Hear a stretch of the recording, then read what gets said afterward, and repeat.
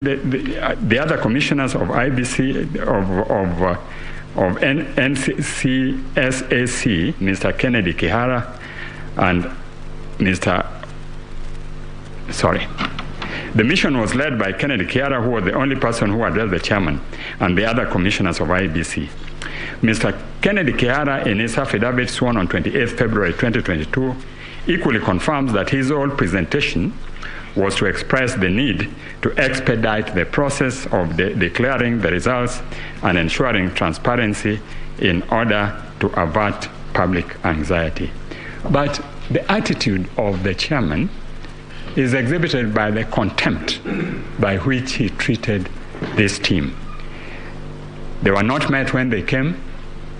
They managed to find where to wait, but they were kept waiting for 4 hours. Members of a security team in the midst of an election where tension was rising. Having led them, the chairman claims that Mr. Kihara proceeded to caution him, among others, that if IEBC declared the results with Honorable Ruto as the president-elect, chaos would erupt and that the blood of dead Kenyans will be in their hands. But at this time, they were meeting not in the presence of Mr. Kihara and the chairman. They were all contingent of commissioners and the team from the security who comprised 4 other people.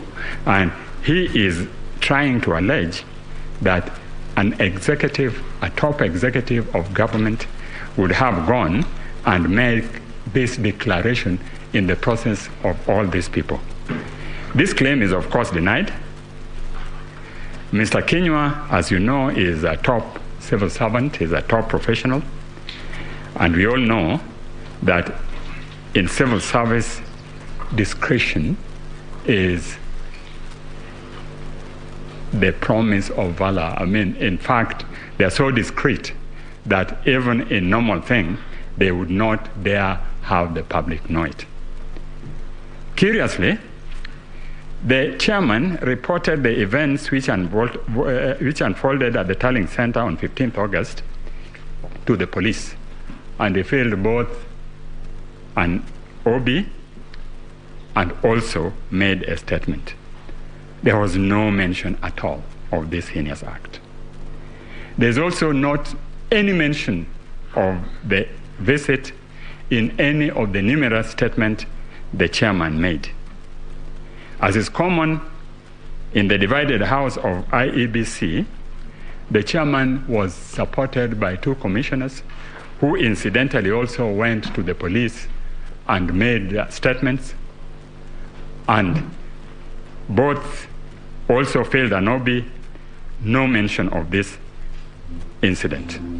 On the other hand, the 4 dissenting commissioners have filed an affidavit dated 28th August, which confirms on behalf of ourselves and 3 others that the meeting indeed took place and what was discussed was issues of security, as was indicated by Mr. Kihara.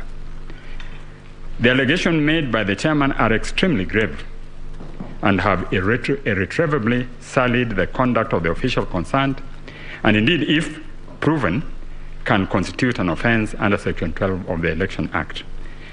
The court views such allegations with great gravity.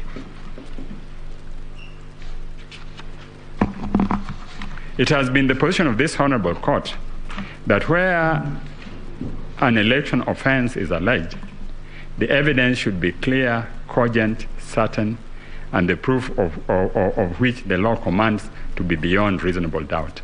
It cannot be based on allegation on one side, on a team which is known to be divided, each part supporting its position, and on allegations of the chairman without any further proof when he had had an opportunity to indicate what happened and failed to do so. In the result, it is my humble submission that the allegation made cannot fly. All the chairman is doing is selling the character of other people.